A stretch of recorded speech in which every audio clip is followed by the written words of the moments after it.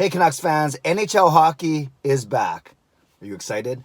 I'm Clay Emo. I'm at Canuck Clay on Twitter. I'm at Clayton Emo on Instagram. I'm the founder of the GLCBC, the Good Looking Canucks Positivity Club. And it's my Canucks take all in one take. It's Clay's Canucks commentary for Monday, July the 13th. This is where you get Canucks insight that's positive and timely. Speaking of back, I am back at work after a week off, a great week off at home. But yes, back to the shirt, back to the tie, back to my car, back to a normal posting routine. We shall see. Thanks to everyone who joined me for my live stream last night. Had my biggest audience in 4 months, basically since the NHL season went on pause. And you can tell that people are getting excited about what's going to happen, about the fact that the teams are returning to play. Starting today, training camps are open across the entire league. They have 2 weeks of training camp before all teams travel to their hub cities and play exhibition games and get going August 1, August 2 on that weekend. But for now, we know that training camps are open, and we're starting to hear interesting stories already. The NHL and the teams don't disclose names, but you can figure it out based on who's basically not at practice. But the Montreal Canadiens have at least 3 players who have tested positive for COVID. The Pittsburgh Penguins, their first round opponent, their qualifying series opponent, they're holding back 9 players from training camp as of now because of potential exposure to someone who has COVID. So I think we're going to hear a lot of these stories over the next couple weeks, definitely in this first week for sure, especially as reporters tweet out line combinations and people that are absent from practices throughout the league. Vancouver Canucks have their practice at 11 a.m., so hopefully we hear all good news from there. Speaking of the Canucks' opponent, the Minnesota Wild, they're in the news this morning for 2 reasons. Number one, their former interim head coach is now their permanent head coach. Dean Evison, they've taken the interim label off of his job title, so he's now the permanent coach of the Canucks' opponent, the Minnesota Wild. Good for Dean. Congratulations to him. And the Minnesota Wild signed their prized, rookie, even though he's 23 years old, Kaprizov from the KHL. He's been the leading goal scorer the past 2 seasons in the K.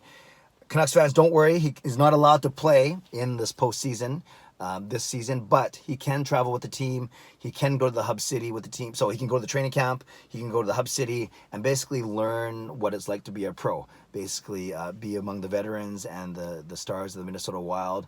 And so it's a good start. It's good news for the Wild, obviously. It's a 2-year entry-level deal, so that he already burns 1 year. So then obviously they have full plans for him to join their team next year fully in earnest. So 2 stories from the Wild. Evison is now permanent head coach, and Kaprizov signed a 2-year entry-level deal that actually starts this year. So it's basically burning a year. For the Vancouver Canucks, before I get to the roster, interesting about the Kaprizov thing for Minnesota, because Jack Rathbone is in the exact same situation. The Canucks now have a 3-day window, 2.5 days, today, tomorrow, and early Wednesday to sign Jack Rathbone if they want.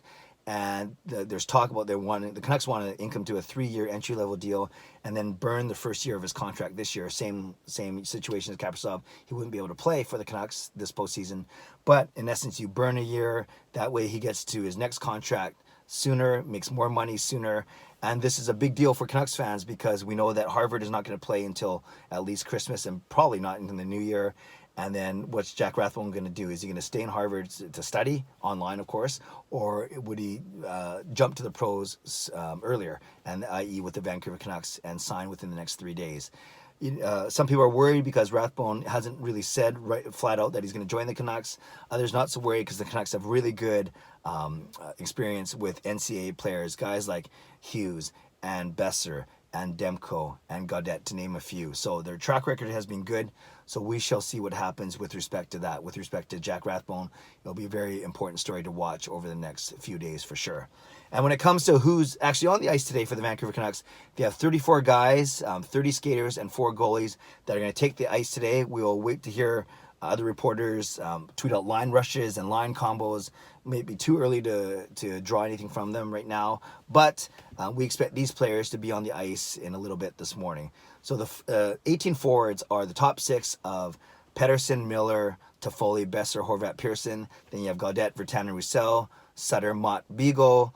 Then you also have Louis Eriksson, Zach McEwen, Michael Ferlin, and then the 3 Black Aces from Utica in Tyler Gravac, Josh Bailey, and Cole Lind. So those are the 18 forwards.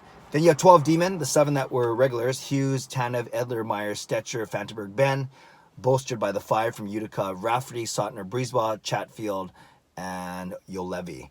And then the 4 goaltenders, Markstrom, Demko, then Domingue, and Michael DiPietro. So those are your 34 players, 30 skaters, and 4 goalies. It's going to be crowded on the ice, but I'm sure the Canucks will figure out how to manage all those bodies. So there we go, Canucks fans. Just want to give you the lay of the land as training camps open today. Phase 3 opens today as the Vancouver Canucks and the entire league gears up to return to play.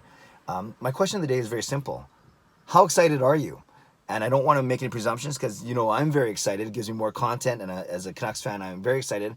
But you might be one of the, I'm not so excited, or I don't think they should be playing, or I'm going to wait to see as it goes, as we're hearing more, more players backing out, opting out, or at least being not healthy enough to go just yet because of COVID or other reasons. So I'd love your feedback below. How excited are you today on Monday, July the 13th, that Phase 3 training camps are opening? Leave a comment below. I will read, react, and reply as always. Subscribe if you like to. Like this video if you like to. Stay safe, stay healthy.